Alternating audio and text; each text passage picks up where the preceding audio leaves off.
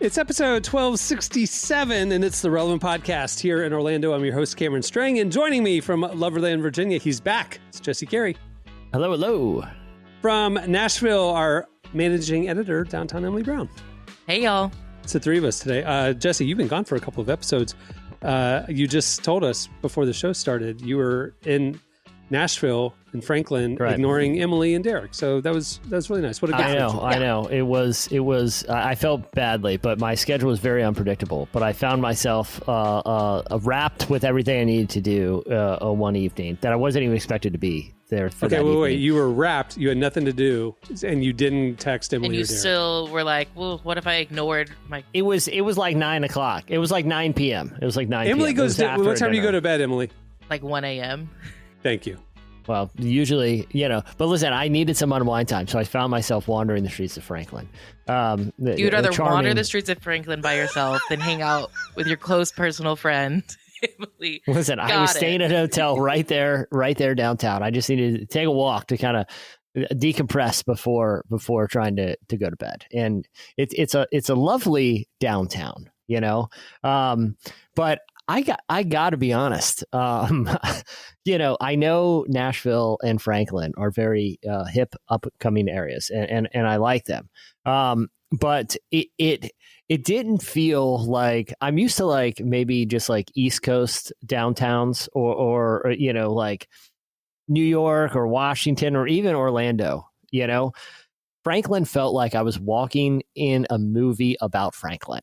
Like everyone, there was it didn't seem like that, like genuine kind. You know how like when you're walking in, you can go down one block and be like, oh, this block, this is a little interesting. Don't know what I'm getting into here, in different cities.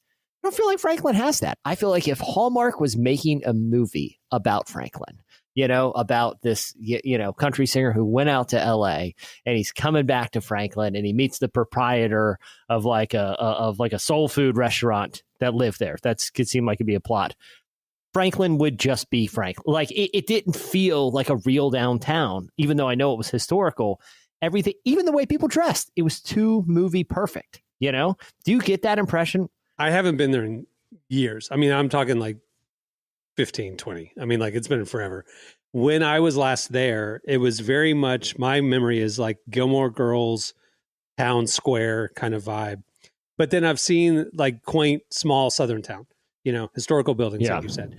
But then I've only heard about like the growth of the area and so many people moving in. And so is it still that quaintness or is it like grown up or are there a lot more buildings now? It felt like there was a lot of buildings. I think here's my thing. I was looking for somewhere divey to go. You know what I mean? Like I didn't divey in Franklin. Yeah. Well, and that was the problem. It was like even something. It did. I'm not talking. I wanted to go somewhere sketchy, right? I wanted to go somewhere that had a game on. That I could get some French fries and something reasonably priced. That it does not exist in Franklin. Everything looks like, to your point, Cameron, the Gilmore Girls. Like, so it still is like that. It's like very much like small town. Yeah, yeah. Well, glad you made it. And I still haven't heard a clear explanation. If you want to go watch the game, why you didn't want to hit up Derek and Emily to join you, but whatever. Once again, we're all different types of friends here, Yeah, I had the game on. Anyway, well, we're glad you're back. We missed you. You came back for a good one. Matthew McConaughey is joining us today. Wow, good. He must have got the memo that I was back. He did. Yeah. And he happens to be releasing a book this week. And Matt, I call him Matt. Just call him anyway, Matthew. Good he's here. I call him Matty Mick. So that's coming up. We also, listeners, if you listened to last week's show, that we recorded in the middle of a very difficult national moment, and we decided to not lean into that last week. We decided to be an escape from that. We continue our mission and being an escape and a breath of fresh air. But because of that, our normal coverage at the intersection of faith and culture, a lot of those headlines didn't happen this week. The Emmys happened. We don't really care about talking about the Emmys. That's a week ago.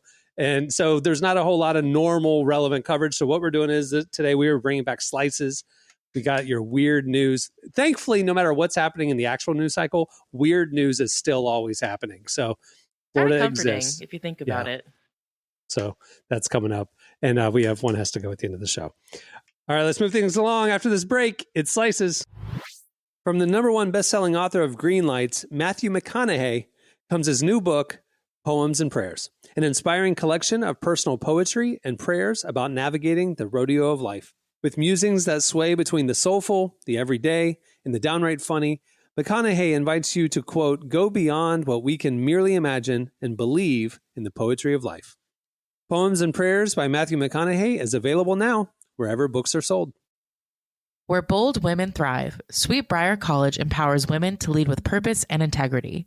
Our 2,847-acre campus is more than beautiful. It's a place to grow in courage, character, and calling. With hands-on academics, a close-knit community, and spaces like vineyards, greenhouses, and equestrian arenas, Sweetbriar blends tradition with vision. Founded in 1901, we've always believed in the power of women to shape a better world, faithfully, fearlessly, and together. Find out more at sbc.edu. All right, it's time for Slices. What do you have, Jesse? I have two slices in a very specific genre that I'm very interested in. It's aquatic scandals, scandals and crime, aquatic scandals and crime. Where it's a big news week for aquatic scandals. Yeah, and crime. I subscribe to Aquatic Scandals and Crime Times. It comes out every 3 years when something related to a scandal or crime in a body of water. And I just got my new issue, and so I thought I'd bring you a couple items. Okay. This isn't the U.S. shooting down boats, right? It's not that kind of scandal. No. Yeah. They, I should mention, they don't mess with international waters. Okay. This is domestic waterway. The subtitle is Your Guide to What's Happening on Domestic Waterways and Tributaries. And so it is, it seems like a specific publication, but it's got a circulation of well over 12.5 million. So you know who's on the cover? Ironically, Matthew McConaughey. So. He has a new boat there, Lake Austin. Magazines falling by the wayside left and right. There's the death of newsstands, but aquatic. What is it? The title? Aquatic Scandals and Crimes. Domestic Tributaries and Waterways. Thriving. It's very simple. Still thriving. Doing great. They have the penthouse suite with their full editorial staff of 400 people at the World Trade Building. It's right under Condé Nast and Vogue. It's not on the water. Well, it overlooks the water. It's right on the edge. You can see the Hudson. Yeah. That makes sense. That makes sense. Yeah. Obviously, it's very close to a tributary. So the big stories here are a scandal that is rocking the World Stone Skimming Championships. Now, this is in Scotland, so I'm actually canceling my subscription because they didn't stick to domestic waterways. The mission statement of the publication. Well, maybe this is a special edition. The drought in the West Coast and all the lake levels dropping, there's just less happening domestically. They had to broaden their coverage. Yeah. So here was the scandal: is that several of the competitors were found to be skipping stones, and you guys know how skipping stones work. You kind of whip a flat stone sideways to see how many times it can hit the water before it goes in. Right. They found that several of the contestants appeared to have put artificial notches in their stones. Some even appeared to be smoothed by a machine. Now, this is in violation of the rules where you can't do that. And then they said that they're thinking, you bring your own rocks? I thought the whole thing of skipping stones is you're there on the lakefront with everybody and you find a good rock and just go for it. I'm glad you brought that up because next year they're going to change rules and assign people rocks. You're going to have an assigned rock. You have assigned rocks. The judges will pick out the rocks or something. Yeah. Now, what I will say is the whole idea of this is, to me, let them do whatever they want with the rocks. Like, how much interest is there in the World Stone Skipping, a championship anyway? If someone's inventing new rock technology that skims faster, I'm here for it, man. Which are more? Wait, which in the NFL, they're not doing leather helmets anymore. You figure out better things to play the sport better. I'm pro PED. Let them take whatever they want. We're not playing. The NBA's not playing in chucks anymore. They have better technology for shoes. Yeah, you're right. They should be able to put notches in their rocks. And I'm telling you, I think that should be part of the competition. I think, but do you guys have you watched F1 much? What the Drive to Survive or whatever it is? You know what the big appeal is? They all have a whole team of guys trying to figure out a way to basically cheat the equipment, right? Yeah. Like the driver is a small part of the equation. I want these stone skippers to have a whole stone team, you know? Oh, yeah. Where they're smoothing, they're sanding, they're machining, they're notching. Yeah, they've got the aerodynamics chamber to look at the wind flow over the rock. Just I'm with you. Red Bull's got a whole team out there. And I'm just saying, I feel like this is a big missed opportunity for you know what you need to skipping. do? You need to start the live golf version of this. You need to start the competing stone skimming championship domestically. Bring it home. Great idea. And then do it the American way, not those which is rigging the Scotsmen. system. Yeah. Yeah, exactly. It's not like we're out there. It's even to your live golf thing. Even the PGA, they're not out there playing with wooden clubs anymore. This isn't Bagger Vance. This is we have Titleist. By the way, speaking of which, have you guys been to Top? Do you guys go to Top Golf? Sure. I haven't been in a long time, but yeah. Have you gone since they released the Sure Shot? No. It is a golf club that is because golf is hard, right? Sure. Especially hitting the ball far with a driver is very difficult if you don't do it often. They have a shot that they partnered with a golf. I think it might have been Titleist. It was one of the golf club manufacturers, and it's called the Sure Shot. And it has a massive club face, and it's all sweet spot, right? And it's made in a way that it's very easy to hit a great shot. And why aren't all clubs like that? Well, so what I found out is that it's illegal. It doesn't meet the equipment regulations for professional play. Here's what I say to that. Who cares? You're telling me the golf club industry has been hiding the secret technology because they don't want to corrupt like future professionals? They've had golf clubs all this time that they don't want to release because they don't feel like it's fair. Again, this seems like another huge missed opportunity to me. I'm trying to figure out what makes it different. That's like why is it not the regulate? Like what regulations I guess do they have that it is? It's called the Sure Thing Golf Club. The Sure Thing. Look it up because I want to buy one. Sure Shot's better. Well, you can't buy it. You cannot buy it. It is illegal to possess outside of a top golf. It was a collaboration between Topgolf and Callaway. That's right. And it's to make golf easier for beginners. It's a larger club face, shorter shaft, 20-degree loft to help players hit the ball more solidly and launch it into the air. It's only available at Topgolf. You're right. Not sold to the public. And trust me, I have done the research. I have thought about finding ways to sneak one out of there. And I wouldn't. It wouldn't be a crime. I would leave what I think it would cost, which costs a good on manufacturing, probably in $60. I would leave $60. Like wedged into the couch cushions in that little area where you sit and wait your turn. They would know what it's for. Yeah, my conscience would be clear, and I'm going out there to the local public course, just smacking it. I can't believe they've been sitting on this technology. I actually am pretty upset at Callaway personally, for real, that they've had this technology and haven't released it. And also, who cares that the pros can't use it? Let amateurs use it and enjoy the game more. Golf courses would have more business because more normal people would want to go play. Because it was like those basketball shoes. There was a basketball brand that came out a few years ago that had a shoe that had some sort of springing mechanism in there that they claim could add like 3 inches to your vertical, and the NBA outlawed them. Yeah, I feel like who cares? It's like, what about the amateur that just wants to get an additional 3 inches? Also, why would the NBA outlaw it in the sense of those guys can all dunk anyway. And if they dunked a little more easily and more big dunks, like it would be better for the entertainment value of the game, which is their job is entertainment. Yeah, we're getting to Space Jam territory there. The problem is dunks are even more awesome. Yeah. That sounds awful. Yeah. So, but I've been thinking about ways to procure one of these Sure Thing clubs because I've hit it numerous times and it's unbelievable. Like it is. When I first found out about it, I literally that week I told my family we're going to top. We got to go, and we did. And it was awesome. And I've been thinking about ways to perform a heist to acquire one of these. Ooh, I see the segue. I know where you're going with this.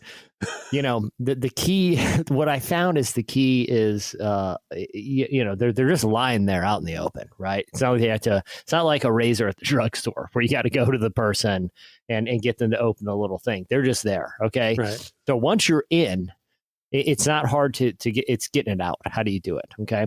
Sure. Because you've been to Topgolf, there's not a lot of entrance and exits. It's not like you can just, if you try to make just a run for it, you're going to get pelted by golf balls. I think a lot of people at golf. What about slipping it in your pant leg and just walking out like a little more slowly, like you have a stiff leg or a stiff knee? Oh, I'm sure they get the eyes out for that. I'm sure that in training, they're taught to look for that. That's probably. What if you bring a knee brace though? What if you just strap on the knee brace? How are you going to subtly stick a golf club in your pants? Well, when nobody's looking.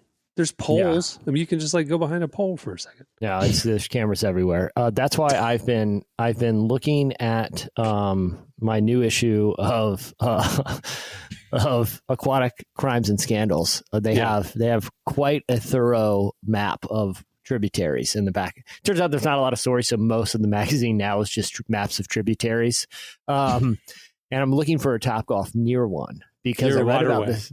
Yeah. Yes. Yeah. Because I read about this story that happened, this massive scandal that happened in your hometown in Orlando at the acclaimed Paddlefish restaurant in Disney Springs, which is Cameron and Emily, for people, I know you both have spent time there.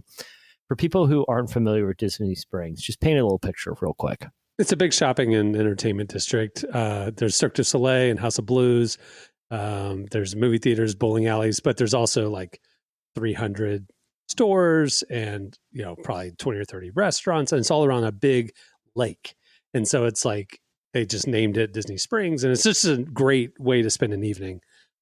Yeah. When you're in town.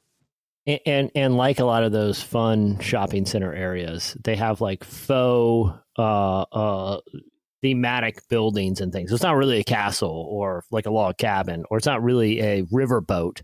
But they're taking you back, to this. So paddlefish if you want to like a fake.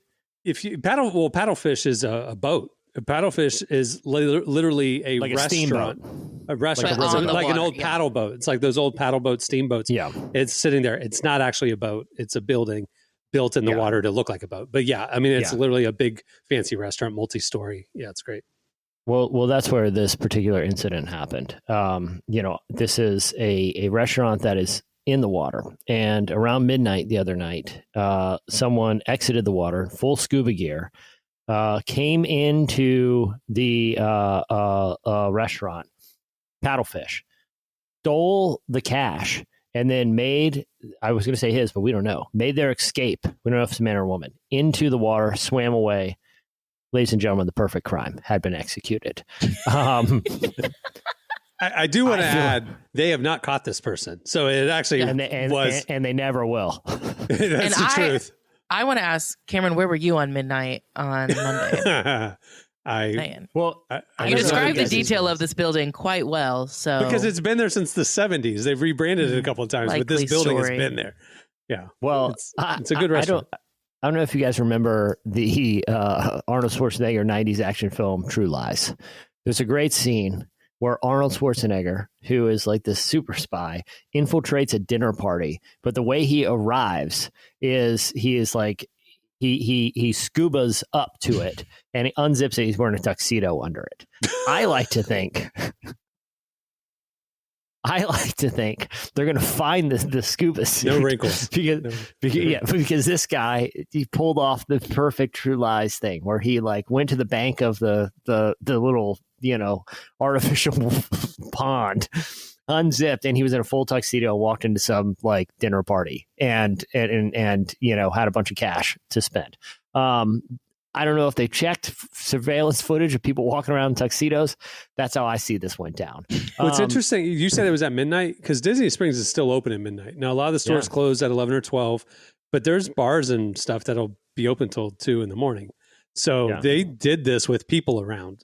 I mean, that restaurant probably is closed at midnight, but because I think the other interesting aspect is like it's like if you walked into if you walked onto a construction site wearing a hard hat and a vest, and made off with, I don't know, a power tool or something, you could probably get away with it because a lot of people are just like, I think he should be here. And someone walks into an aquatic restaurant in a scuba suit, and the last thing anyone's thinking is this person's here to rob the joint. Yeah, they're thinking, man, there must be a leak down below. Yeah. They're cleaning barnacles off the bottom of the restaurant, kind of. He just came in to get a glass of water, help the guy. I mean, he's got a weird shift for that. I don't know why they're doing it at midnight, but because he's been here all day. No. Disney, dude, they have 24-hour shifts because they're not going to do maintenance and stuff while the parks are open. So if they need to do touch-up painting, if they need to do any maintenance, they do it overnight. So it actually would be pretty common that if you got to scrape the barnacles off the bottom of the restaurant, you're going to do it at the overnight shift. Yeah. Well, I like your thinking. It reminded me of a fantastic podcast I listened to. I had like a grown-up sick day is like when you're a kid, you watch like Price is Right. As a grown-up sick day, if I'm like taking a nap and I'll binge some random podcast. And I listened to this one. It was a true crime podcast about this guy who robbed a bank. Okay. But here was his planned getaway because he didn't trust getaway cars, because, they got a license plate at the park. I mean, to be clear, he just means he doesn't trust cars. The first rule of a heist is you don't trust a getaway car. Yeah. And sorry. So what he did. That's interesting. You know that, Cameron. He found, so he found a bank that backed up to a wooded area that had a river that ran through, again, another aquatic crime. This was a big cover story. They actually did about 4 issues on it. He found a bank that backed up to a 4 issues. It comes out every 3 years. So it was a 12-year serialized story. Yeah, I mean, they covered this from every angle, exhaustively.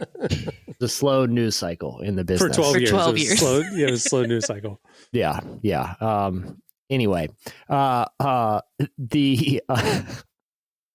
behind the bank is like a small wooded area. And in the woods was like a river, okay, that evidently was like a pretty fast, like kind of moving river, that naturally, what I was thinking is sort of like where we go fly fishing, Cameron, like the Bighorn, like a smaller version of that. Like it has a natural pull to it. But it was a pretty small river. And so he scoped out and he had this whole plan that he to not get caught, that he robbed the bank, ran through the woods. Okay. He had a change of clothes waiting for him and an inflatable inner tube. He got onto the inner tube and floated down the river because think about if police are chasing you, right? If it came to that, what are they going to do? Swim after you? They're not carrying flotation tubes. Yeah. And he waited till he got really far down the river. And that's where he had his like getaway car parked so far down the river. It was really a genius plan. He did eventually get caught, but not because of his crime. He ended up something with the money happened where it traced back to him. But he had a great name when he was on the run. Do you know what it was? No clue. DB Tuber. Like DB Cooper, the famous. Pretty good. The police for a long time wanted to find DB Cooper when they found out that they eventually found the inner tube. And anyway, the guy, very charming fellow. He did go to prison for it, but DB Cooper. So to bring this back, you're wanting to go to a Topgolf near a waterway, so you can throw the club into the water and come scuba to it later and retrieve it, or like how do you think that works? No. Here's how I go to Topgolf in a disguise with cash. Okay, I've already planned this out. A tuxedo, right? Yeah. Yeah. Obviously, a tuxedo. You walk up in a scuba suit, unzip it, tuxedo. Yeah. And I'm into disguise, facial as well. I have fake mustache, monocle, whole deal. I just look like a prestigious golfer. Monopoly man. Yeah. Got it. That's right. But this is a reverse. Realize because underneath the tuxedo, the tuxedo is the scuba suit. Got it. Okay. And so I'm very sweaty while I'm playing. At this point, I go to the restroom. I come back out. I'm just in the scuba suit right now, and then I just literally start running with the golf club, dive in the water and swim away. I think everyone would be such a state of shock. I don't think anyone's chasing me into the water. It has to be at night, right? Because they You have to do it under the cloak of darkness. Yeah. That would help. Well, I mean, this is scuba, not snorkel. So I'm going deep. It doesn't matter if it's in the day. I will. I'm It's murky water wherever you're going. You're going to very murky. This isn't like in the Keys. Okay, this is like a more of a bayou type of situation. How do you see under the water if it's so murky? Well, I'm glad you asked. I plan on being under the water for several days till the heat's off. And do you know that scuba suits, they have the air tank? You're exhaling. There's bubbles coming from you. This, like I said, this is a bayou situation where it's all kinds of turtles and wildlife. There's bubbles coming from everywhere. Yeah. I forgot to mention, weeks leading up to it, I released thousands of turtles into the lake. Did I not mention that? No, You forgot that part. That's a key element. Yeah. That's I do have a question. Right, the key element is the procurement of several thousand turtles. Yeah, where are you going to get several thousand turtles? That's more of a heist. You got to heist the turtles. You have to heist the turtles. Yeah. So okay, you said you're gonna walk in the tux, play Top Golf, and then change to the scuba suit. How long are you playing Top Golf before you do this? Several hours. I don't want any suspicions, and I really want to make sure the crime is worth it, and get some hacks with that sure thing again. But at this point, I have staged the tributary with thousands of non-native turtles. They're probably going to wreak havoc on the environment there, but if they would just sell the club in the store, I wouldn't have to go to these measures. The turtles wouldn't have to be sacrificed. Yeah, we wouldn't have to kill the ecosystem at the Top Golf tributary. If you just sell us the golf club. But if you got to commit the perfect heist, you got to commit the perfect heist. But again, come on, Callaway. I put this on 100% on Callaway. And Callaway, we're trying to give you money here. And look at all these turtles doing invasive turtles because you wouldn't let us give you money. Think of the turtles. Save the turtles, Callaway. But anyway, I have caches of scuba tanks hidden in underneath the water, which I will use to like I said, I need to make sure the heat's off this thing. So I'm planning on spending a couple days in that lake with those turtles. When I feel like an adequate amount of time has gone, I will make my exit and disappear with my club. It's like a lot of effort to save 3 strokes on your golf game. Like, it really doesn't seem like that much effort. I mean, all you're talking about thousands of turtles, days of living underwater. All you're talking about is getting scuba certified. You're right. 2, buying all the equipment, getting a tailored tuxedo to fit over top a scuba suit. Right. 3, procuring several thousand turtles. 4, transporting said turtles to local waterway and somehow getting them into the water. There might be some snappers in the mix, so you saved 4 strokes off your typical golf game. Great. 5. Spend several months growing indistinguishable facial hair and procure monocle. 6. Again, it's when you break it down step by step, it's pretty doable. Yeah, it's. I'm surprised more people haven't done it.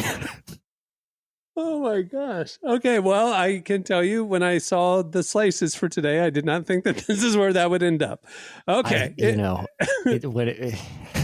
I saw a tweet one time that said, crimes should be legal if they're funny enough. And I do feel like this one could fall into that. I'm like, you know what? You put a lot of effort into it. I laughed. We'll let you off. Oh, that's good. I like it. All right. Emily, what do you have? I unfortunately don't have any more aquatic crime news to add. Jesse kind of took that beat. So sorry. I will be switching, though, to talking about 2 slices that cover media that meant a lot to me in my middle school years. So got that going for us. MySpace? No. That era or no? But yeah, that era of MySpace. I'm talking about LimeWire. Y'all remember that? You would download a bunch of songs / viruses to your laptop. Of course. That got me through college. Yeah. Well, got me through middle school. So they recently announced this week. 1, LimeWire is still around. Fun fact. 2, well, that version of LimeWire has been dead. Is gone. Yeah, it was found liable for copyright infringement. It was shut down, went bankrupt, and then the brand was resurrected by somebody else totally unrelated later, and now it's a crypto exchange platform. Yes, yes, Oh, yes. fun. They turned it into an NFT service, which feels kind of right for the trajectory that they were on. Anyways, they announced this week that they were acquiring the Fire Festival brand, and the news release that they announced this, the title was LimeWire acquires Firefest brand. What could possibly go wrong? Two very broken brands are now one. What do they plan on doing with this, with the Firefest brand? Are they going to have a festival? No, they did clarify that they were not bringing the festival back. They said Firefest became a symbol of hype gone wrong, but it also made history. They're bringing the brand and the meme back to life, this time with real experiences and without the cheese sandwiches. What that means, absolutely no one knows. Like, so it's basically, there's going to be like Firefest t-shirts and stuff. I think so. And they might have like events every now and then, I guess. Maybe it's like a crypto conference or something. Yeah. Maybe. They call it Firefest, ironically. Yeah. How much did they purchase the brand for?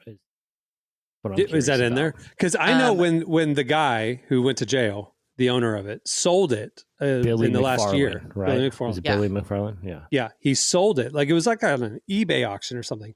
The brand and all of the assets, because he couldn't get Firefest 2 off the ground. And so his only last plea was, let me sell the brand. Somebody will buy it. And sold like on eBay for like $250,000. So somebody bought the Firefest brand 6 months ago for $250,000. And now LimeWire has acquired it probably from that person. But what I appreciate about this is less, what are they going to do with it? I appreciated the press release announcing the acquisition. Yes. LimeWire acquires Fire Festival. What could possibly go wrong? Great play. Whatever purchase price was worth it for that headline. Yeah, and the fact that NFTs and Ryan Reynolds are rolled into this, it just makes it even funnier. Even sweeter, yeah. Okay, the other one I want to talk about is there was a story in the Wall Street Journal this week that was all about how Paramount is like planning to revive cable with their new management, what it would look like across their channels like CBS, BET, MTV, things like that. But there was a stat in there that kind of shocked me to my core. According to Nielsen data, the median age of MTV viewers is 56 years old. 56. I have a lot of... I have theories, unless you want to... Please. What are your theories? Because I will say I looked into what shows are currently running on MTV, and during the daytime, it is just ridiculousness. And then in the evenings, it's The Challenge, Jersey Shore Family Reunion, and reruns of The Jamie Foxx Show and Catfish. So I'm trying to wrap my mind around what 56-year-old is loving that lineup. One, it's just even who has access to the channel. It's someone who, one, still has cable, right? Two, has a cable package that goes high enough where they're going to actually get MTV. It's not just like, oh, I got, CBS, and it's not like just the most baseline. Someone that's paying for a package. And it's obviously someone whose technology somehow doesn't have like the menu on the remote, or they don't know how to use it, and they still flip through the channels, and they just get sucked in by prank videos on ridiculousness, and the channel just sits there. This is demented 60-year-olds. This is the it's got to be the only demographic that still is capable of channel surfing and doesn't know there's a better way to consume. So I think that's my theory on the demographic. But it's the median age, though. I will say that the median. So median means for not the average. The median means that for every 20 or every 30-year-old watching, there's an 80-year-old watching. Right. And the median is 56. So what? I mean, that's like, to me, like, I agree with you, Jesse. My initial was, who still has linear television? It's older people. So that makes sense. But why are those people choosing to watch that channel when there's a Murder, She Wrote channel right next to it? Like what? It's because so they're strange. Surfing. Yeah. Or they punch the channel in with like the number, and they sometimes, oh shoot, oh well, I guess I'll watch this. This guy is falling through a trampoline right now. It's a whole montage. Oh, you know what? That. To your theory, on the Jim and Pam's wedding when they're at Niagara Falls, Pam's grandma was upset at the hotel because she couldn't turn off the Borat show. Remember? Yeah. Because she didn't know how to turn it off, and Michael turned it off for her. And she's like, I thought who would have their wedding at a at a place that would show this kind of filth. Now I know. Anyway, but that's your theory. She watched Borat. She was 90 years old. There you go. I think you're right. I would think the whole institution of MTV would probably have some value, not because of its channel. I don't know how valuable that is. I can't imagine it's that much. But I feel like the brand would still hold value. You know, I feel like it has a degree of like cultural cachet that if Ryan Reynolds would swoop in, you know, in the right hands, I agree with you. I think like there's an opportunity for MTV to reclaim an influential role in pop culture. Yeah. I don't know what their leadership has been doing for the last 15 years. It makes no sense. Paramount is under, like, there's someone new who came in. So like the whole Wall Street Journal the Ellison families. Yeah. So maybe they will decide that running ridiculousness from 5 a.m. to 5 p.m. is not the best strategy. But so Larry Ellison, the founder of Oracle, is now the richest person in the world as of last week. He's passed Elon and everybody else. His son, who's 42, did Skydance. Skydance movie company. Skydance acquired Paramount.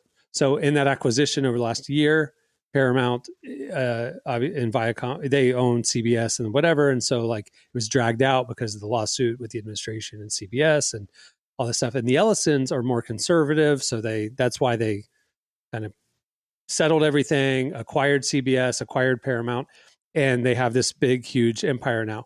Now they are going after HBO Discovery, Warner Brothers. They want to consolidate it all under one banner. So Paramount would have pretty much a lockdown of all cable, most movies, most streaming. That's not Netflix. And I just read that they're part of the new TikTok acquisition. So they'll own TikTok, all the channels of Warner Brothers, Discovery, HBO, and movie studios, Paramount Movie Studio, and all of the CBS MTV channels. It is an insane media empire that they will have likely within a year. But couldn't you see, like, if there's some enterprising new executive that is assigned to figure out MTV? That's what I'm saying. But he's 42. I think he would want to revive that brand. Make it like a digital brand. You hire like Zane Lowe. You just buy out his Apple contract and say, look, you're going to be head of digital content. You're going to have you're going to launch all these awesome music podcasts. There's still an appetite for the content that's music related. You could have like your own version of sort of like a Tiny Desk vertical on YouTube. I mean, there is no people love music really. You could do music documentaries, fill it right now. You could go to 10 artists and say, hey, here's the amount of money we're going to produce a documentary about you, and you release one of those every month. Like think about every time they release one on Netflix, it's like the biggest thing. You know, totally agree with you. There's such an appetite for music related, music entertainment, music television, quote unquote, MTV. MTV is such a nothing that the MTV VMAs, Video Music Awards, that they still do every year, didn't even air on MTV this year. It aired on CBS. I mean, that's what's insane to me is like the MTV channel is so worthless that the one property that they still have, they had to put over on CBS so people would actually watch it. You know, the only time you see the MTV logo, MTV Studios produces Yellowstone. And so at the beginning of, No, it's MTV Studios. Studios. And so at any of this, what's his name? Taylor Sheridan. Any of those properties, 1842 and 1912 and all those shows, MTV Studios is before it, which has nothing to do with what MTV, the brand, represents. It's so weird to me. But, you were talking about Zane Lowe shows. Like this week, Netflix there was a report going around Netflix is looking into starting to do like video podcasts on their streaming site, and I think that is something that MTV absolutely could do. Like they bring in Zane Lowe, they bring in these people that have been doing podcasts and interesting conversations with artists, and that's what MTV is now. Well, that's what it used to be. Matt Pinfield, 120 minutes. That was basically a video podcast. It was guys it was Matt Pinfield would come on, bring a band in. They had no agenda. They just hang out, watch music videos, and talk about it. That was a huge part of their line. Even Kurt Loder, that was essentially like a TikTok video. It was a little 20-second, hey, here's what's going on with this band. Someone broke up, and it swipes to the next thing. It really was like a pretty interesting format. They had, you could even make a case that like some of their weird animation stuff with like Beavis and Butthead was versions of like viral videos. I mean, that's how people ingested their content, was in little, they were really a precursor to a digital outlet. If they just went back to that, they already had stuff that was the equivalent of what we were watching on podcasts and YouTube, you know? And all the money that goes into starting a new, brand platform, blah, blah, blah, just put it into resurrecting that IP. I'm with you, man. 1,000%. Some of those MTV Unplugged performances were still great. Stand up. Oh yeah. Loved those. And I'm with you. How do we get there? Oh, the median age of MTV is 56. Yeah. Buried in, There you go. All right. That'll do it for Slices. To read a bunch of stories that aren't those, head over to relevantmagazine.com every day. Stay tuned. Up next, Matthew McConaughey joins us. Well, today's episode is brought to you in part by Sanctuary Mental Health Ministries. Mental health and faith are big topics to cover, even more so when you're talking with teenagers. The Sanctuary Youth Series helps youth leaders, pastors, teachers, and parents break it down, covering topics like a theology of mental health, emotions, stigma, recovery, friendship, self-care, and more. The Sanctuary Youth Series is an 8-week resource designed for 11 to 15-year-olds. Help the next generation experience the church as a supportive space for mental health. Run the Sanctuary Youth Series today at sanctuarymentalhealth.org/relevant. Again, that's sanctuarymentalhealth.org/relevant. Are you a recent college grad or about to graduate from college and have no idea what's next? Check out the Global Ambassador Program, or GAP, with ELIC. GAP is a professional development program that will help you gain the tools you need for a lifetime of impact.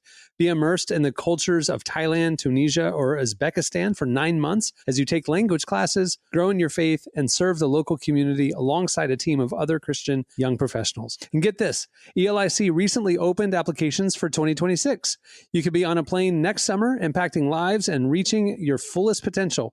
To learn more about GAP and take the next step, go to elic.org/relevant. That's elic.org/relevant.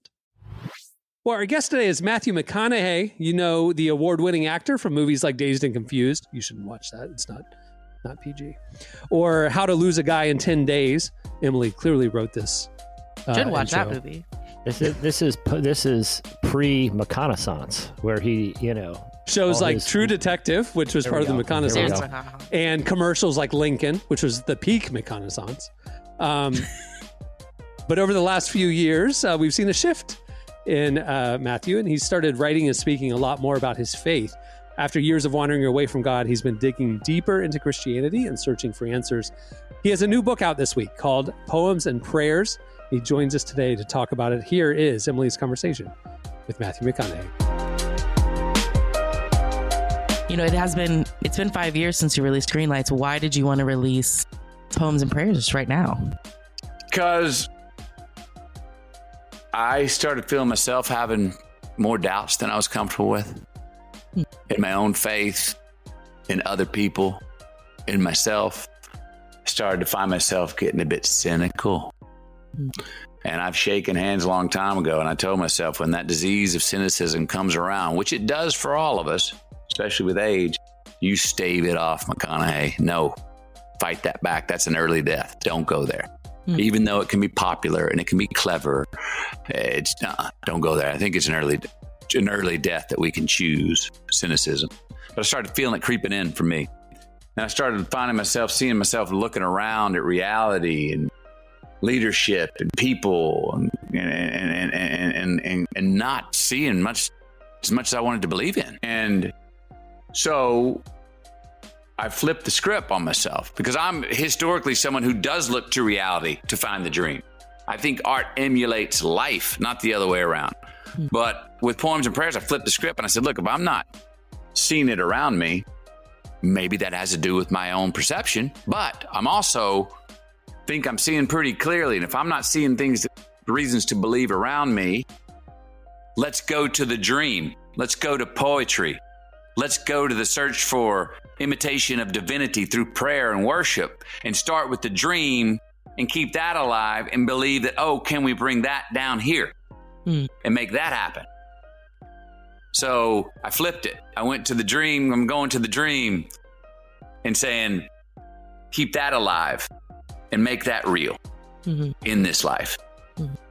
Was there a specific moment where you realized, like, I've got to flip the script on this? No, there wasn't. It's just that I was feeling my head was heavy. I was getting extremely conscientious, academic almost, like heady, and not enough hearty, you know, which is what prayer is actually engineered and based on, you know, to worship, to have the humility to bend low and put our heart above our head. I think that is so beautiful, you know, and to even non-believers out there to hear that like that. Oh, no, it's engineered. It's not just some idea someone came up with. It's actually engineering. Physical engineering is a beautiful thing that could even make non-believers go, oh, well, I got to get my heart above my head sometimes. Yeah. You know what I mean? Yeah. I could use some of that. Yeah. So what I noticed was that, and I think it was to relieve myself, as much as the daily toil and reality was becoming hard for me to see the song in, see the rhyme in, see the poem in, of the living of life as I like it when that is where I am in my life. I was finding that at the end of the proverbial day, what I was writing were the poems and the lyrics and the prayers. And it was a relief for me from the arduous practical dealing with the day. Me going, wait, is this how everything is? No, I'm not ready to just raise the white flag and say, oh, this is how it is. Everyone lying, cheating, and stealing, and oh, I'm even doing it to myself. I'm not ready to say, oh, hey, it's just how it is. And I think myself, as well as a lot of people I know, feel in a similar way. When you're looking around, you're going like, where's trust in all this? Where's integrity? Where's character? Where's the power of choice? Where's goodness? Where's good rebels? Because I sure do see a lot of people being rewarded very handily for winning at all cost, even if you cheated, lied, and stole to get it. And I'm not ready to say, no, there's no rules to how we treat each other and ourselves. I'm not ready to say, to wave that flag. There are, and there should be. And I think we need to stand up for that and believe in that. Yeah. More than hope for that, believe in that and demand it of ourselves and others. You've talked about how while you were writing these, you were wrestling with just all these different areas of faith. I am curious, now that the book's written and you're talking about it now, do you still feel like you're wrestling with those same things, or do you feel like you have more clarity? Yeah, good question. I am still wrestling with them. But I'm slowly, I feel myself slowly, gradually, I'm not talking myself into it, as we know. That's not where the faith and belief comes to. Sometimes you got to put yourself in positions, but the practice, and I'm hearing myself say and do and feel things that I'm not writing. You know what I mean? It's come. So when it starts coming through me, and the practice of even, again, like I was saying earlier, the subject matter, to have this, I've been waking up, and picking out a poem a day and reading it and starting my day off and looking at this. And I'm seeing a different thing every day. Something different, a different line that goes, yeah, okay. Oh, I remember why I wrote that exactly like that word. That, it's kind of a daily form of going to church. Yeah. And I'm enjoying it, and I feel like anyone can ask me anything about it because I know what I know and I don't know what I don't. And if I don't know, I've got a very easy time going, man, me neither. I don't know. I doubt too. Still doubt. Is that okay? Does I think God likes a trier. Yeah. I mean, I got that funny poem in there. What is it? Wrote a letter to God and said, hey man, I'm sorry. Will you forgive me? And God said, hey, thanks for writing, but I would rather you show up here sweaty and dirty in a hoodie than show up on time here in a sweaty and in a hoodie than show up late in the tux. Oh, thank you. You know what I mean? Mm-hmm. So there's little spots of amnesty where my view of God is that God does have a sense of humor. God does appreciate it when I've had my agnostic years where I've been just attached to self-reliance and know it's all on me. Doesn't have anything to do with God. I've had those times in my life. My feeling is that in some way God was going, thank you for the courage to put your hands on the wheel, Matthew. Thank you for not just relying on fate. Now, you'll come back. You'll understand, but I'm glad you're taking this little venture where you got it all under control and it's all on you. I think God was appreciating that. You know, knowing, hey, you'll come back, which it did come back. But I think he appreciated that, oh, you, my child, you ran off the reservation. You go check out some other territories. Okay, way to go navigate. Well, good. You'll be back. Yeah. I'm curious, how do you feel like this book is going to speak into the things that people are wrestling with in this current moment?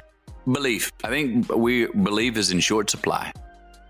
And I think we need it. I think everyone wants it and needs it. And I understand why it's in short supply. There's plenty of examples. You look around, turn on the damn news, check out your feed, go on any news site, any news you're getting. There's reasons not to believe in people, our leaders, each other, ourselves. And I'm saying, don't drink the Kool-Aid. Don't wave the white flag and go, so this is how it is. There's doubt. There's evil. We lie, cheat, and steal from each other and ourselves. I guess that's just how it is. Don't quit believing in more. And if you're not sure what to believe in, first ask yourself what you die for. Don't ask yourself what you die for, who or what you die for. That's what you'll start living for. And that's where you find and build belief. And if more of us double down on that and find that and have faith in that, now we're cooking. Yeah. Now we're going forward. Now we're not retreating to the new rules of the game that are being rewritten, and we're all going, wait a minute, man. I thought this dream, the American dream, had this pathway to get there, and I got there, and I went to kick it through the uprights, and you moved the goalpost. Is that fair? And they're going, I did it, so I guess it is. No, BS. Hang on a second. So we can't let's not let that happen to us. You know? Yeah. And that starts with ourselves, and it starts with accountability with ourselves, but it also starts with what we expect and accountability of others and our leadership, et cetera. And just don't, hope's different than belief. Hope doesn't really have a pathway. If you get what you hope for, somewhat you got fortunate. You got lucky. But belief is different, because belief is the engine. That's why I call it the original dream. When you believe in something, you see it. And you see a path to it. And you can have it can become a mission. And you're always on that path. You're not just floating around going, Inshallah. I hope it happens. You know what I mean? So it's this mix of fate and free will. Belief lives there. We need more of it. And I think everyone's looking for more of it. And hopefully that's what you're going to hopefully get. Can spur some of that in you. Whoever checks the book out, I think it's going to raise those kind of questions for ourselves.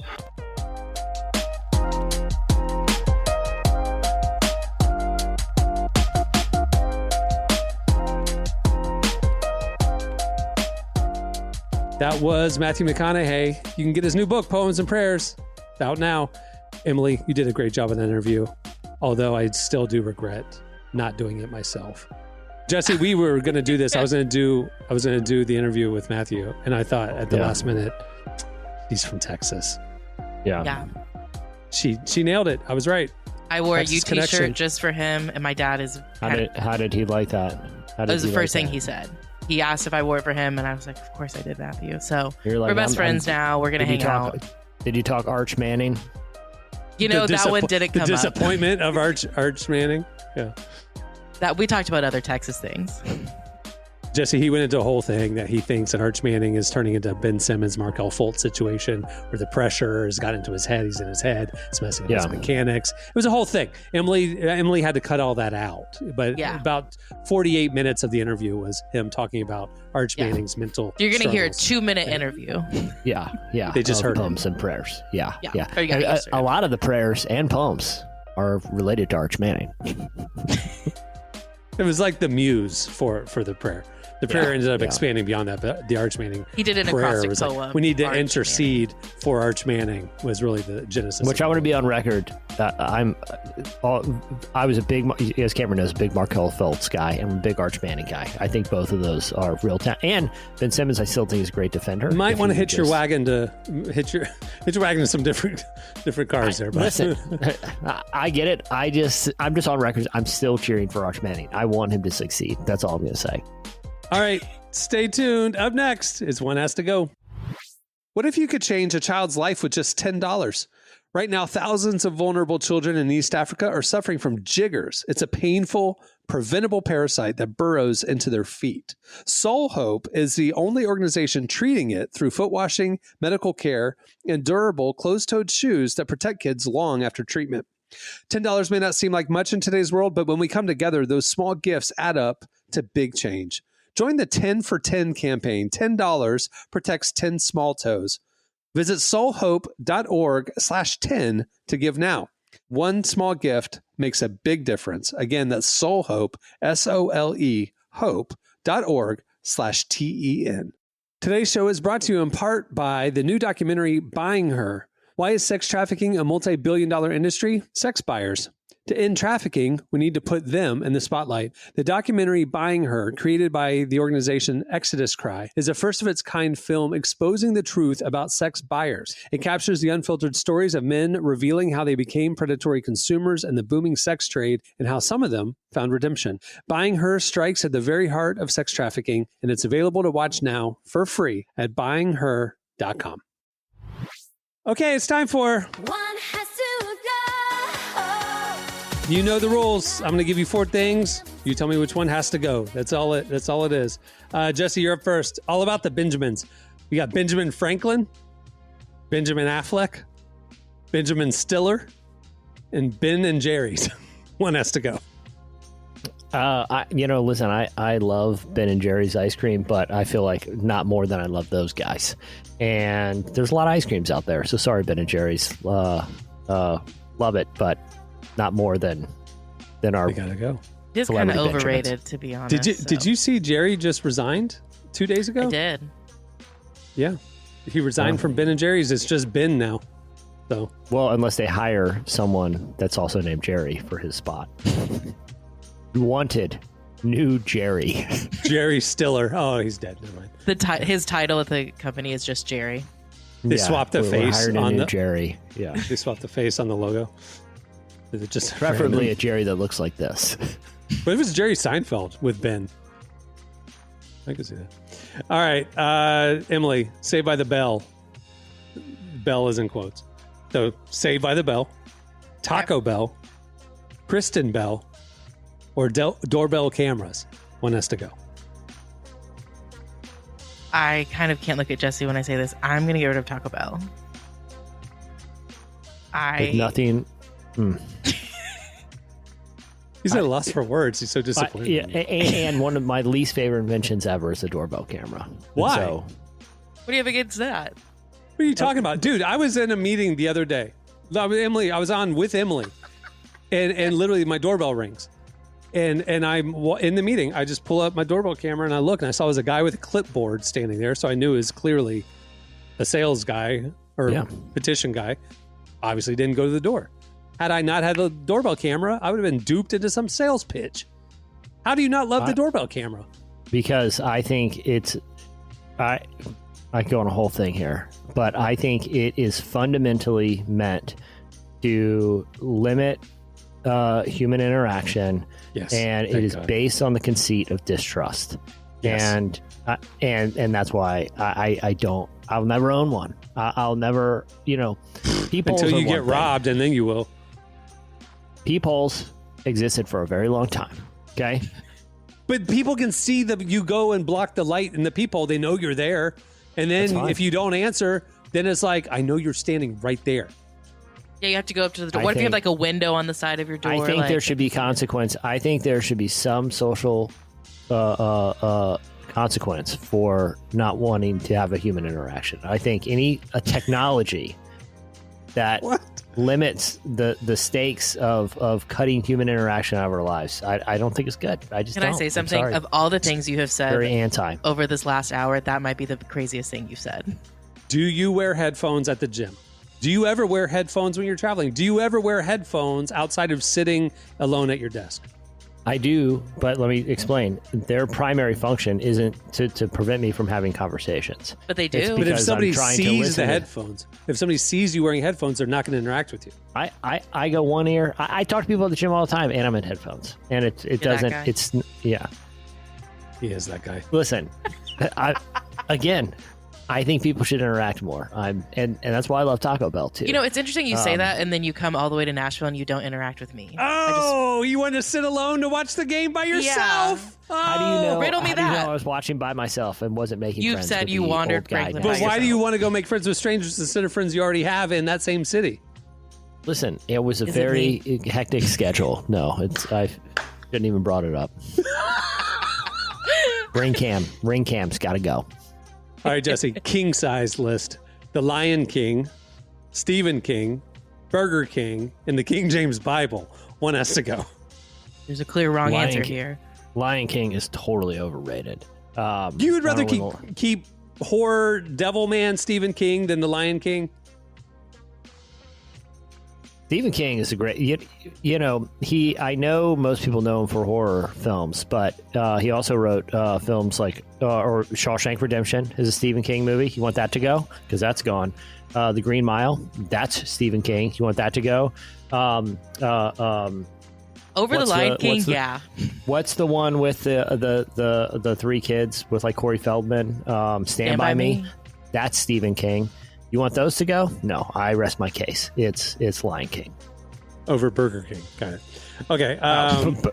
Charboiled, sorry.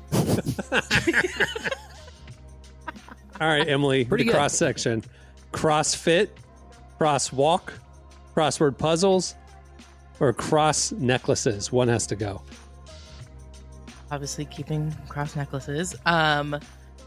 Probably CrossFit, mostly because I obviously don't do it, but people who do CrossFit, that is their sole personality, and I'm kind of worried for them. They need other hobbies. So But that's kind of a 2012 thing. I don't think that. no, I have a friend who does CrossFit, Really? and all she posts about is CrossFit, and it takes everything in me not to comment. Girl, go do something else, please. You know what you can do is mute the account. Just FYI. No, she's my friend. All right, Jesse. Good support our hobbies. Ice cold list. Ice Cube, Ice Tea. These are the rappers. Not an actual Ice Cube. Yeah. Ice Cube the person. Ice Tea the person. Vanilla Ice or Ice Age the movie. One has to go. Easy Ice Age the movie. There's too many movies in that genre. Listen, the kids will be fine. They won't even know the difference. Okay. I'm That's kind of not one noticing that's a trend here. Any kids movie, you're out of here. You're just in a. The there's first a lot Ice of Age them. is There's a pretty lot funny, of them. okay? So There is a lot of them. The squirrel is trying to hide the acorn in the ice. It's hilarious. I know, but I'm happy for each of those artists who, both one of which has found new life solving murders on like CBS. One of them is Wait. Are you talking about Ice-T? Because he's NBC. He's the whatever. SVU. Whatever. They're all the same. Go. That one. Yeah, good for him. I'm not going to take him away from people. Sure. Ice Cube, he's out there. He's shooting a shot. I heard his Amazon movie's pretty bad, but he's out there making movies. pretty bad is a really nice way to put that. It was 0% Rotten Tomatoes for a long time, and now it's 4%. Just FYI. Yeah, so bad it's good. Vanilla Ice. I heard he's flipping houses. Flipping houses. Very gaudy, bad design taste, but Are we he's shocked by that? making a living. Yeah.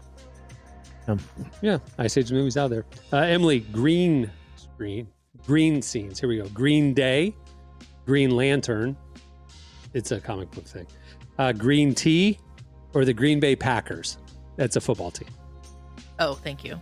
I think I'm going to get rid of green tea. I've never had a good glass of green tea. It's gross. I get that out of here. The only green tea I liked was a Sobe back in the day. Had a pretty good green tea. I don't know if we should bring back Sobe too. Yeah, with the iguana on the can. I think it's still around. I think at the LimeWire Firefest thing while you're watching MTV. Sponsored by Sobe. Exactly. I'll watch it on MTV. Last round. Here we go. Blackout, Jesse. Black Eyed Peas, Black Friday, Black Panther, Men in Black. One has to go. I don't know if you're referring to the vegetable or I'm referring to the band or either one. They're gone. What? Wow. No, which Black Eyed Peas? We had this discussion with Derek last week. Which Black Eyed Peas? Pre-Fergie or post-Fergie? Because it's two totally different groups. Well, Pre-Fergie is like absolutely. Yeah. Post-Fergie, absolutely. Pre-Fergie was a legit backpack put some rap respect group. on Fergie's name. I disagree. They were in that struggling like, indie hip hop scene, like backpack rap is really cool, like Common and that era. And they were, I know the story because I had a friend who was involved, but like they were told by their label, which was Def Jam, I believe, we're going to drop you. Your sales aren't whatever. You need a hit. Like you have to break out. If this next album isn't your breakout, you're done.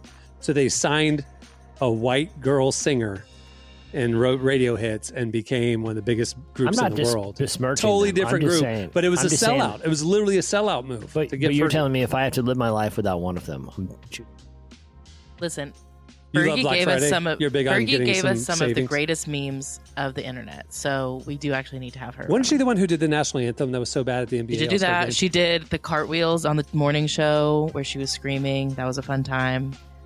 Done a lot of good things. Okay, I like that she's out there, taking swings. She's not boring. Good for her. Yeah, good for her. We need more of that. Didn't she get replaced in like one of the last albums from Black Eyed Peas? Like they just swapped out the girl singer. Yeah. So weird. Anyway. All right, last one. Emily, youth group van soundtrack, Switchfoot, Reliant K, Newsboys, or Audio Adrenaline. One has to go. The youth group era of Newsboys, the pre-Michael Tate era. I saw the look on your face. You're talking OG Newsboys. Honestly, I probably still would get rid of Newsboys in that lineup. Aren't they the ones about the breakfast in hell? They don't serve breakfast in hell. Who was that? Was that Newsboys? Yeah, that was Newsboys. Yeah, I thought the theology for that song was alone, really good. They're out of here. So yeah, it started a revival in my youth group. Guys, you need to come to Jesus because they don't serve breakfast in hell. That's an eternity just too horrible to even fathom. Unless you want to give up your Fruit Loops. Audio Adrenaline's like telling us about the big house where you're playing football. Like, I want to be part of that. I mean, they're drawing me to Jesus. Newsboys is like, there's no breakfast in the bad place. So it's like fear mongering. I did teach my nephew and niece's big house a couple weeks ago, and they loved it. So, I mean, the next generation. All right. Good. Well, that'll do it for. One has to go. Well, thanks again to Matthew McConaughey. Check out his new book, Poems and Prayers. It's available this week. Check out the new issue of Relevance out now. It's on all of our socials. It's pinned on the top of our feeds if you want to go view it that way. But you can go over to relevantmagazine.com and read the whole issue for free. If you want the beautiful, enhanced, expanded edition, which is like an interactive magazine like we used to do, you can get that with Relevant Plus. Plans are as low as $250 a month. You get the enhanced magazine, you get this podcast ad-free, all of our future podcasts ad-free reading at the website, a lot more. It's the best way to experience our content, and we appreciate the support. All right, on that note, we'll wrap it. I'm Cameron Strang. I'm Jesse Carey. I'm Emily Brown. We'll see you next Friday. Have a great week, everybody.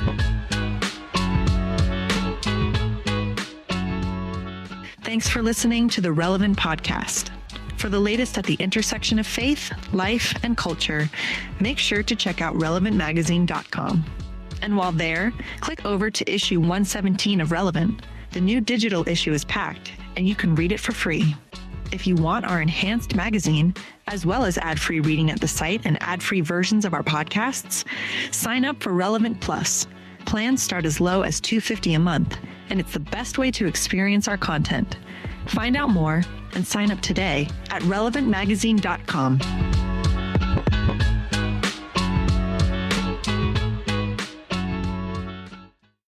So I'm planning on spending a couple days in that lake with those turtles. Relevant Podcast Network.